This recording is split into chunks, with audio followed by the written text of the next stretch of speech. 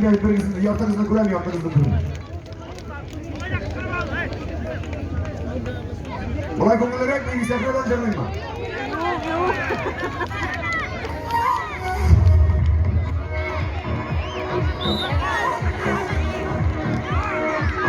Bugün de bakalım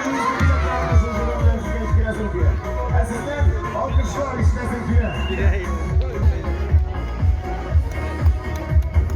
Gitmez mi?